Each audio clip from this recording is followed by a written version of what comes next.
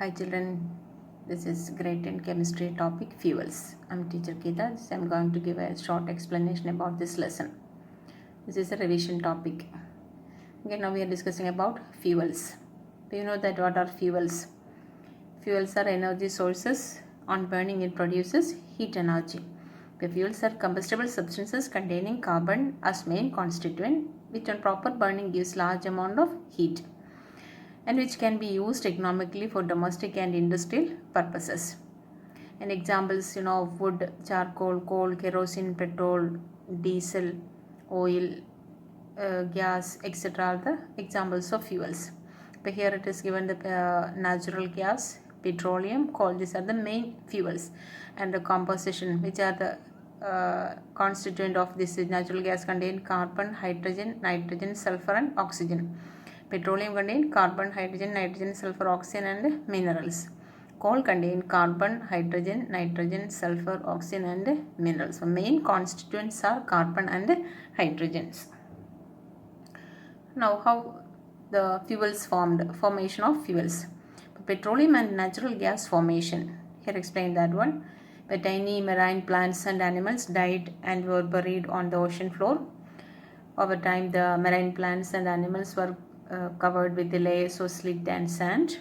Then after millions of years, the remains were buried deeper and deeper. The enormous heat and pressure turned the remains into oil and natural gas.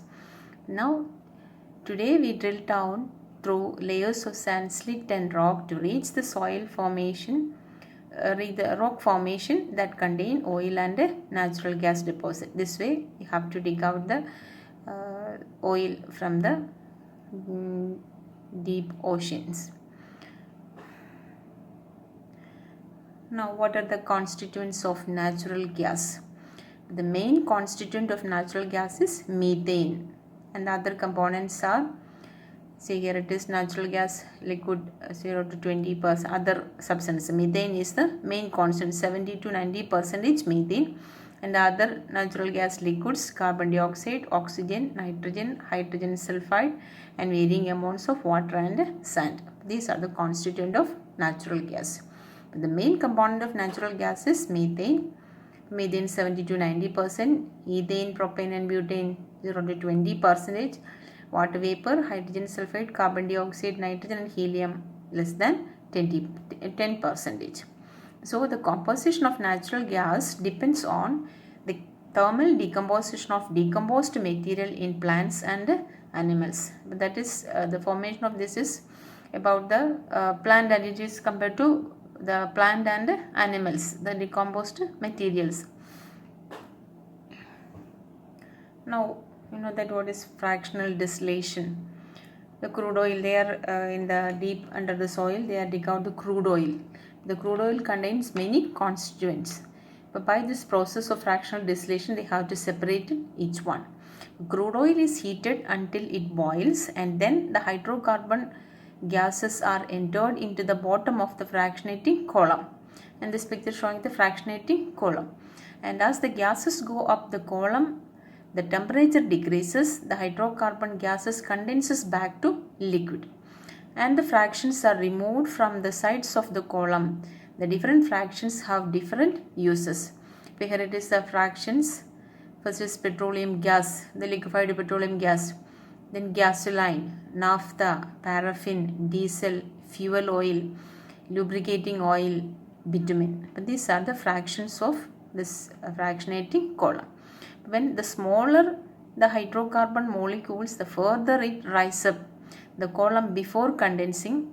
The fractionating column operates continuously. The temperature shown are approximate. Here this showing the temperature 350 degree, 300 to 350, 250 to 200. According to the temperature, this the lowest temperature here it is less than 25 degrees. See, petroleum gas, it is condenses in this temperature. And the smaller the hydrocarbon molecule, the further it rises up the column before condensing. So the fractionating column operates continuously, and the temperature are shown in approximate temperature. A sample of crude oil may be separated in the laboratory by fractional distillation. The collection vessel is changed as the temperature rises to collect the different fractions.